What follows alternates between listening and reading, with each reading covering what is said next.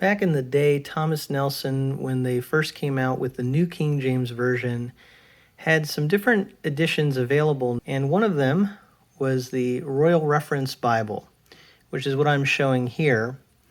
And the number on it is 745. So this was like the 740 range of Bibles. This one, I think, this was actually printed, according to this, in 1989, it looks like. So this is an 80s edition of this Bible. The New King James Version came out in its completion in 1982. So in the 1980s, these were kind of like the nicer quality New King James Bibles that were available. You still can get these actually on eBay and on some Facebook groups. People will sell these. But people really do like them because of their size. They're in kind of that in-between, what I would call a small personal size Bible, a little larger probably than what you would call a compact Bible. You can see here it's just over 7.5 inches tall by a little over 5.25 inches wide, and it's only about 1 inch and 1/8 thick.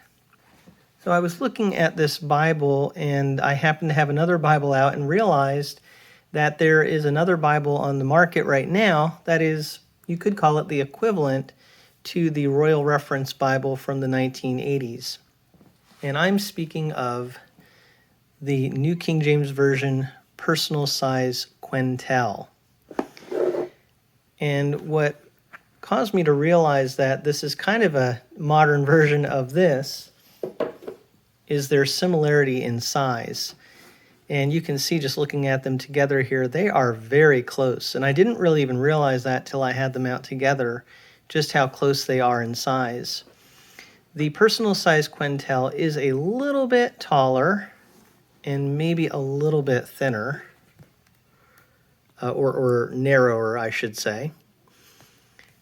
In terms of thickness, the PSQ is actually a little bit thicker than the Royal Reference. But you can see here that they are very similar, and I really noticed actually when I had them open that the height of these, they are both very similar in terms of how tall they are. And then when you just look at the overall form factor here, you can see a lot of similarities in terms of their size. So as I said, it would be like a small personal size Bible, kind of that hand size Bible. Another Bible from that time period was the Imperial Reference Bible, which is a little bit bigger than the Royal Reference. And this is the Imperial here. This is what I would call in that range of Goldilocks size Bibles that I just think is really just about perfect. It's a little bit bigger, and the font size is a little bit larger, and yet it's still very easy to hold, very easy to carry. But I will say a lot of people do like these size Bibles because they're that hand size kind of a Bible, and yet still quite readable.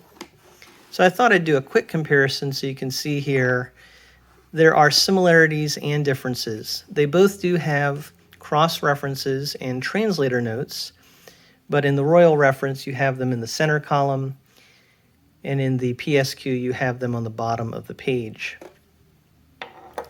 Another interesting thing to look at are the font comparisons. I would say that the PSQ has a larger font, but it is a lighter font. It's not as dark. Although the newer Quentels have been printed darker, so perhaps the newer PSQs would be a little darker than this. I'm not sure. However, it is a little bit larger font, so it's really kind of a trade-off. Also, the PSQ is line matched, whereas in these older Bibles, there is no line matching. Another thing that's interesting about this particular edition, the Royal Reference, is that the prose is in one size font, but the poetry is in a little bit smaller font. Whereas when you compare that to the PSQ, you will see that the poetry and prose are all in the same size font. So here's how that looks in some large poetic setting. you can see there that the PSQ is, I would say, significantly larger there than the Imperial font. But honestly, the font in the PSQ is consistently larger throughout the whole Bible. I just thought that was interesting, the different font sizes you have in this, and that's to save space, to have a little bit smaller poetry font than you have for the prose.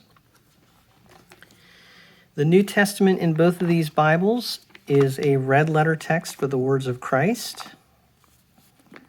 So that gives you a little bit of a comparison here. And the red letter in the PSQ generally is a nice darkly printed red. And again, because of line matching, that also helps this to be more readable.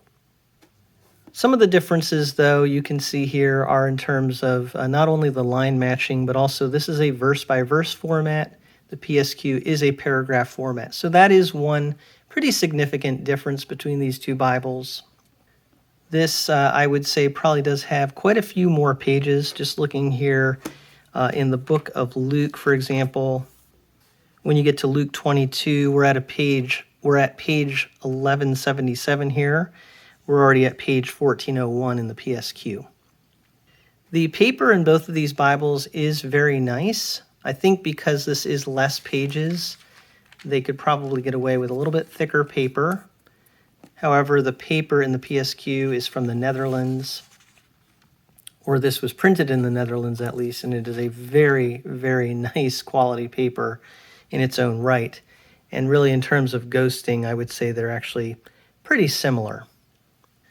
Also, the PSQ has a little bit more, I would consider them premium features, just little things. In terms of the print, you have these red highlights with the headings here and the chapter numbers. They do both have a gilt line around the edge, although this is actually more of a gilt design around the edge. The covers on these are different. This is a bonded leather, I believe. It has a nice look to it, but it is a paste down liner. The PSQ is a genuine goat skin and has an edge line construction, as you can see with the tab there. And so some people would not really care about that difference. This might be considered a better quality construction overall, though.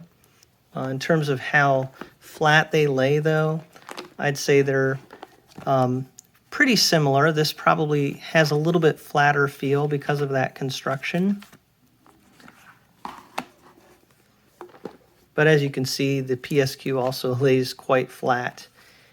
And when you get to the back, the PSQ does not have a concordance, whereas the Royal Reference does. PSQ has some line paper, though, as well as a map section. The Royal Reference has no lined paper, but it also does have a map section in the back here. And I would say the maps in the PSQ are definitely nicer than these older maps.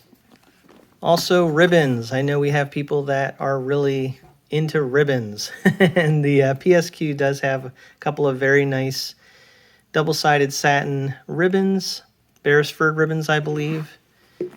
This older Bible has a very nice ribbon, but it's just one. Nothing that kind of stands out in any special way. I do think the material, though, is very nice. And if you know me, you know I don't care that much about ribbons, as long as it's functional. And that one certainly is. So just in terms of overall design, they're both very nice. This is definitely a classic Bible with the way that it looks on the outside, also the formatting on the inside, the size of it. And really, you get something, I would say, just as classic with the PSQ in a very similar size.